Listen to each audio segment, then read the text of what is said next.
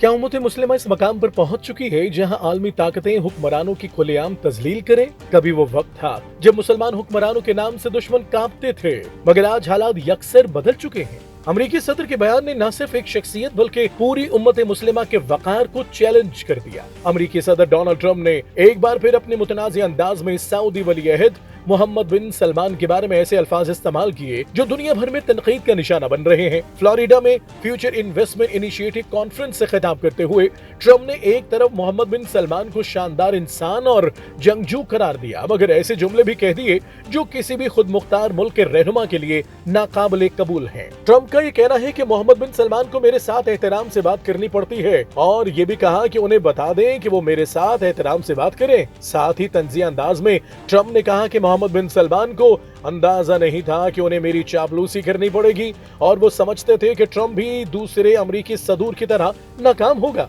1 year ago you were a dead country. Now you're the hottest country anywhere in the world. He didn't think this was going to happen. He didn't think he'd be kissing my He really didn't. He thought he'd be just another American president that was a loser, where the country was going downhill.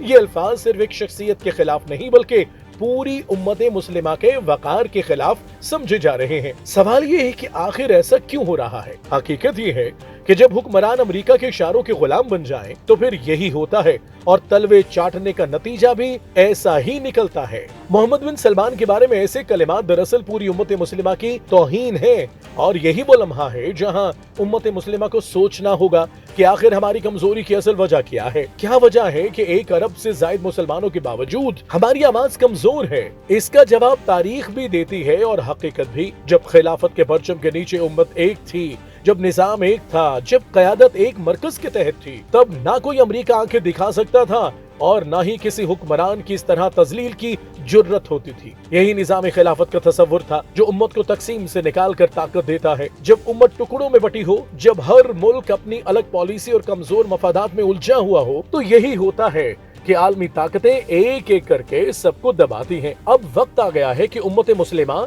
अपनी खोई हुई वहादत को पहचाने, एक platform पर आए और उस निजाम की तरफ वापस लौटे जो उसे इज्जत, खुद मुख्तारी और वकार दे सकता है। क्योंकि दुनिया हमेशा उसकी इज्जत करती है जो खुद अपनी इज्जत करना जानता हो, और जो कौमें बिखर जाती हैं उन्हें सिर्फ कमजोर नहीं समझा जाता बल्कि फिर उन्हें झुकाया जाता है।